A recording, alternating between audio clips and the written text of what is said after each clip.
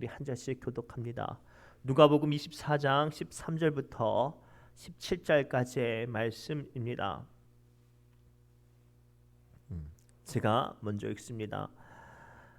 그날에 그들 중 둘이 예루살렘에서 25리 되는 엠마오라 하는 마을로 가면서 그들이 서로 이야기하며 문의할 때에 예수께서 가까이 이르러 그들과 동행하시나 예수께서 이르시되 너희가 길 가면서 서로 주고받고 하는 이야기가 무엇이냐 하시니 두 사람이 슬픈 빛을 띠고 머물러 서더라. 아멘.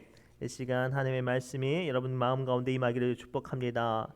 이 시간 하나님의 약속이 여러분들의 기도 가운데 임하기를 축복합니다. 오늘은 지난주에 이어서 부활의 증인 두 번째 메시지로 엠마오로 내려간 두 제자의 이야기를 하려고 해요. 예수님은 부활하신 후에 가장 먼저 하신 일들이 무엇이었는고 하냐면 믿음이 낙심되어지고 소망이 무너진 제자들 한 사람 한 사람 찾아가셔서 그들의 믿음과 그들의 마음과 그들의 열정을 회복시켜 주셨습니다. 우리는 오늘 이러한 본문의 말씀과 제목을 붙잡고 우리의 삶과 그리고 우리의 사명의 자리에서 마음이 지치거나 또는 믿음이 연약해졌다면 우리가 이 주제의 말씀들을 붙잡고 우리의 마음과 믿음과 사명들이 회복되기를 바랍니다. 먼저 오늘 본문의 말씀에 등장하는 인물의 주인공은 엠마오로 가던 두 제자입니다. 이 두 제자들은 과거에 예수님을 열심히 따르던 사람들이었습니다. 그런데 예수님께서 십자가에 달려 돌아가신 후에 제자들과 끝까지 함께는 있었지만 부활하리라는 약속의 그 당일날 아침에 이제 못 기다렸는지 자기들이 가고 싶은 세상으로 엠마오라는 곳으로 내려가게 됐어요. 그런데 너무나도 안타까운 건 그날 아침에 우리가 지난주에 배웠던 막달라 마리아가 예수님의 말씀을 받고 제자들에게 달려갔죠.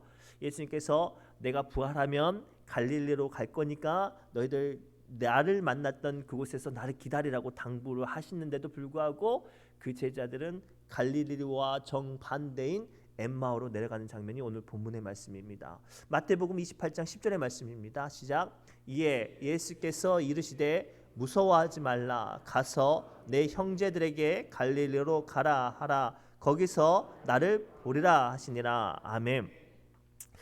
왜 이들은 예수께서 분명히 갈릴리에서 보자고 하셨는데도 불구하고 엠마오로 돌아갔을까요? 그들은 엠마오라는 곳으로 내려가면서 예수님의 당부조차도 외면하겠다는 의미예요. 그리고 다른 제자들과 상종도 함께도 하지 않겠다는 표시로 엠마오로 내려갑니다. 그들은 사실 오늘 말씀을 통해서 이미 예수님께서 십자가 달려 돌아가신 사건을 통해서 심한 좌절과 절망에 빠졌어요. 그래서 예수님의 시체가 사라졌고 예수님이 부활하셨다는 소식이 들렸음에도 불구하고 이제는 그 사명을 다시 한번씩 감당하기도 싫어서 예전의 삶으로 돌아가는 거예요. 저는 믿음 생활하다 보면 가끔 그런 분들 있잖아요. 열심히 신앙생활하다가 사람 때문에 말 때문에 일 때문에 갑자기 찾아오는 집안의 안 좋은 일 때문에 믿음에서 떠나거나 사역에서 떠나거나 사명에서 떠나버린 사람들 말이에요. 그런 사람들은 쉽게 믿음이 회복되어지기가 쉽지가 않아요. 오늘 이 시간 믿음이 지치고 사명의 자리에 떠난 사람들 한 사람 한 사람 찾아가서 회복하신 예수님을 만난 것처럼 우리 주님께서 오늘 우리를 만나 주셔서 우리의 믿음이 우리의 사명이 회복되어지기를 주님의 이름으로 축복합니다. 오늘 말씀을 통해서 우리에게 주시는 예수님의 첫 번째 교훈의 메시지는 무엇인가 하냐면 믿음보다 자신의 계획이 먼저였던 사람은 주님의 말씀이 임하여도 예수님을 떠나 정반대로 세상으로 내려갈 수밖에 없어요. 조금 길지만 우리 17절부터 20절까지 말씀을 함께 읽겠습니다. 시작. 예수께서 이르시되 너희가 길 가면서 서로 주고받고 하는 이야기가 무엇이냐 하시니 두 사람이 슬픈 빛을 띠고 머물러 서더라. 그 한 사람이 글로바라 하는 자가 대답하여 이르되 당신이 예루살렘에 체류하면서도 요즘 거기서 된 일을 혼자만 알지 못하느냐? 무슨 일이냐? 이르되 나사렛 예수의 일이니 그는 하나님과 모든 백성 앞에서 말과 일에 능하신 선지자이거늘 우리 대제사장들과 관리들이 사형 판결에 넘겨주어 십자가에 못 박았느니라. 그리고 바로 20절에 이런 한 구절부터요. 우리는 이 사람이 이스라엘을 속량할 자라고 바란노라라고 이야기를 해요. 이게 무슨 뜻인고 하냐면 사실 이 엠마오로 가던 두 제자는 예수님을 만나서부터 예수님께서 십자가에 달려 돌아가시기 전까지 진정으로 예수님을 믿은 게 아니에요. 예수님을 통해서 자신들의 정치적인 목적을 기대했어요. 이분이라면 로마의 압제 아래 신음하고 고통당하는 우리 이스라엘을 구원할 주님 메시아 그분이 되겠구나라는 기대를 가지고 있었단 말이에요. 그런데 예수님께서 십자가에 달려 돌아가시니까 어떻게 됐겠어요? 자신들이 간절히 바랬던 기대가 무너지니까 이제 그들의 열정도 그들의 사명도 식어져 버렸어요. 사랑하는 성도 여러분, 오늘 말씀을 통해서 우리가 반드시 두렵고 떨리는 마음으로 기억해야 될 것은 우리는 예수 그리스도를 기대하는 사람이 아니라 믿어야 하는 사람일 줄 믿습니다. 우리 주변에 그런 사람들을 만날 수 있어요. 이전에 교회를 다니면서 뜨겁게 신앙생활을 했는데 사람들에게 배신당하거나 큰 손해를 보거나 자기가 생각한 대로 일들이 풀리지 않으면 신앙생활을 떠나버려요. 왜죠? 교회를 다니면 이것이 이루어질 거라고 기도했어요. 교회를 다니면 내 자녀들이 형통할 거라고 기대했어요. 내가 교회를 다니면 남들보다 더 많은 부나 남들보다 더 잘 되는 성공의 출세의 길이 열릴 거라고 기대했어요. 근데 그 기대가 무너지니 당연히 그의 연약한 믿음 또한 무너지는 거예요. 저도 그런 분을 만났어요. 예전에 열심히 교회도 다니고 기도도 하고 예배도 참석하고 새벽 기도도 하셨던 분이에요. 근데 자기 삶에 뜻대로 일들이 풀리지 않고 마음에 답답한 문제가 해결되어지지 않으니까 어떻게 되냐면 교회를 떠나더라고요. 왜죠? 그분은 믿은 게 아니라 기대했어요. 사랑하는 성도 여러분, 내 기대가 무너진 것을 우리 주님이 실패했거나 여러분들을 외면하셨다고 생각하지 마시기 바랍니다. 아주 중요한 거예요. 내 간구와 내 소망이 이루어지지 않은 것은 우리 주님이 실패한 것이 아니라 내 기대가 무너진 거예요. 엘리야 얼마나 믿음이 좋았습니까? 얼마나 영성이 대단했습니까? 얼마나 신앙의 헌신과 그의 섬김이 대단했습니까? 민족을 구원하기 위해서 자기의 인생을 헌신했어요.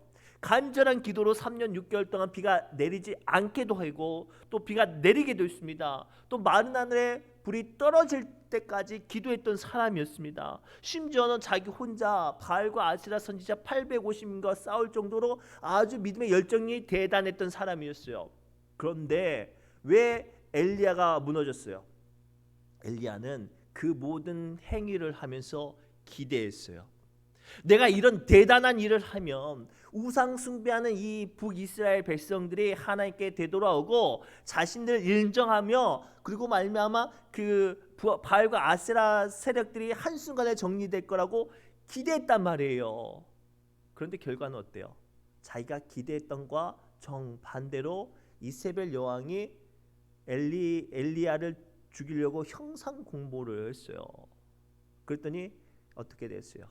엘리야가 믿음이 무너지고 신앙의 열정이 무너지고 로뎀남을 알아서 나 실패했다고 말하는 거예요. 그때 우리는 알잖아요. 하나님이 실패한 게 아니에요. 엘리야의 기대가 무너진 거예요. 그런데 엘리야는 내가 실패했으니 하나님도 끝났다고 생각하면서 뭐라고 말을 해요? 하나님, 이제 이스라엘에 하나님 믿는 사람 나밖에 없네요. 하나님도 실패했어요 라고 말하는 것과 똑같아요. 그랬던 엘리야에게 하나님 뭐라고 대답하세요? 야, 너 말고 바알과 아세라에게 무릎 꿇지 않는 사람 7,000명을 내가 예비했다고 말씀하셔요. 여러분 어떠세요?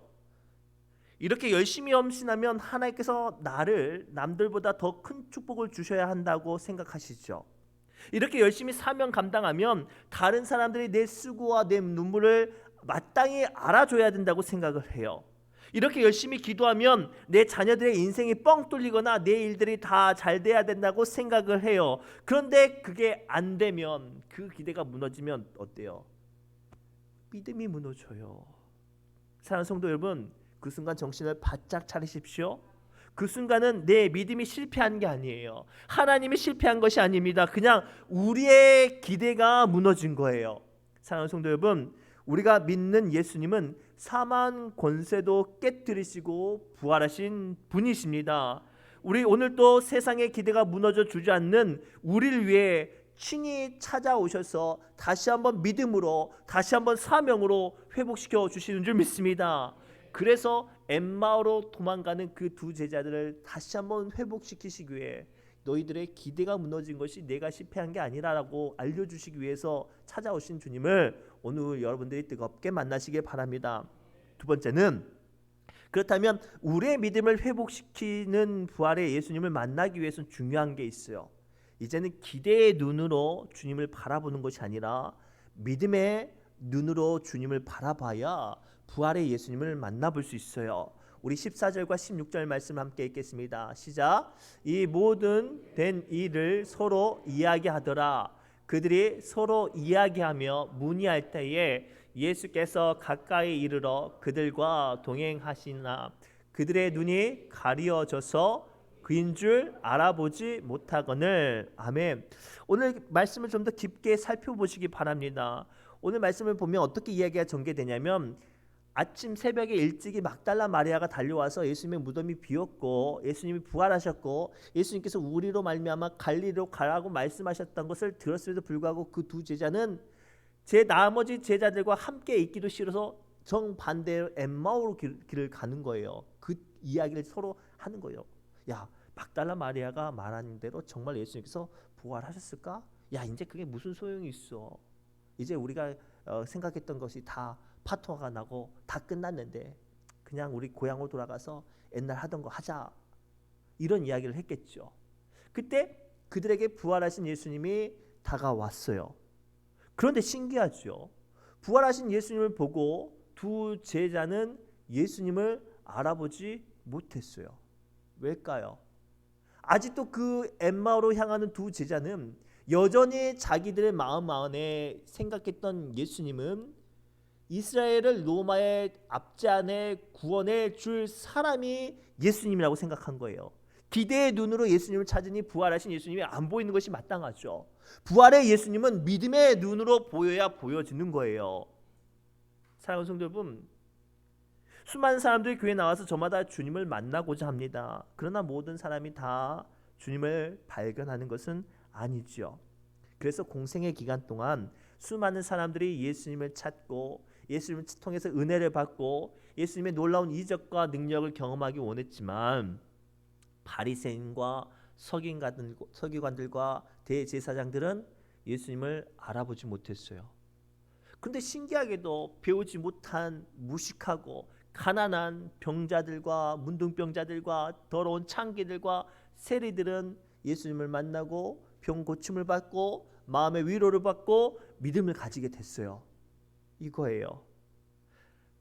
사랑하는 성도 여러분, 오늘 우리는 예수님을 만나기 위해서 반드시 필요한 것이 있는데 그것이 무엇인가 하냐면 믿음의 눈으로 주님을 바라봐야 돼요.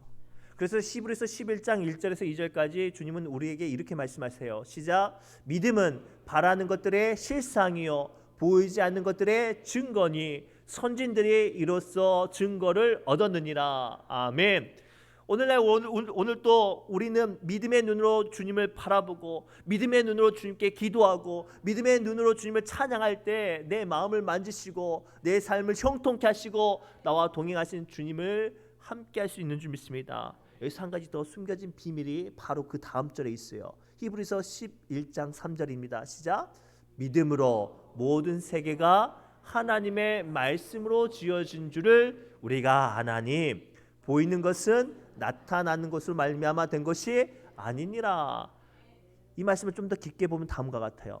보고 싶은 걸 보기 위해서는 뭘로 봐야 된다고요? 믿음의 눈으로 봐야 보고 싶은 것을 볼 수 있는 거예요. 그리고 오늘 말씀을 통해서 부활하신 예수님을 보고자 하신다면 이 시간 믿음의 눈으로 주님을 찾으시기 바랍니다. 마지막으로 우리 예수님은 식어버린 믿음과 식어버린 열정과 사명의 자리를 어떻게 회복시키시냐면 말씀으로 우리의 마음을 뜨겁게 하시고 우리의 눈을 밝히시는 줄 믿습니다. 우리 31절부터 32절 말씀입니다. 시작.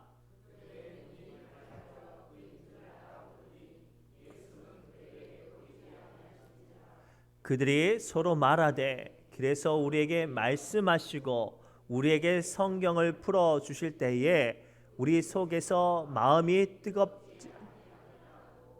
아멘. 엠마오로 가는 두 제자의 모습은 오늘날 우리의 믿음의 사람들과 똑같아요. 마치 인생의 순례의 길을 걸어가는 우리의 모습과 닮은 것 같아요. 예수님의 제자이고 예수님을 믿고 예수님을 따른다고 말하면서 여전히 우리는 차가워진 심령, 기복이 있는 믿음을 가지고 살아가요. 교회에서는 뜨거운데 세상에 나가면 어떻게 되는지 더 답답하고 더 힘든 것만 같아요. 그런데 참 신기하죠. 어느 자리에 있을 때마다 하나님의 말씀이 갑자기 들려질 때가 있어요. 그러면 그 순간 갑자기 마음이 뜨거워지고 기도하게 되고 찬양하게 되고 그렇죠. 위로받게 돼요.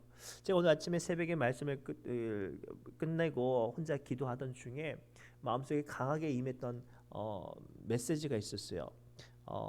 사무엘하 16장을 보면 다윗이 가장 사랑하는 아들 압살롬의 반란으로 정말로 비참하게 창피하게 도망을 가요. 블레셋 나라한테 공격을 당해서 도망가면 그래도 항전이라도 할 텐데 자기 아들이 쳐들어오니까 얼마나 부끄럽겠어. 동네 망신도 아니고 그렇게 비참하게 도망가는데 시므이라는 동네에 막행이가 한 명이 와가지고 돌을 던지고 침을 뱉고 온갖 조롱을 다 하는 거예요.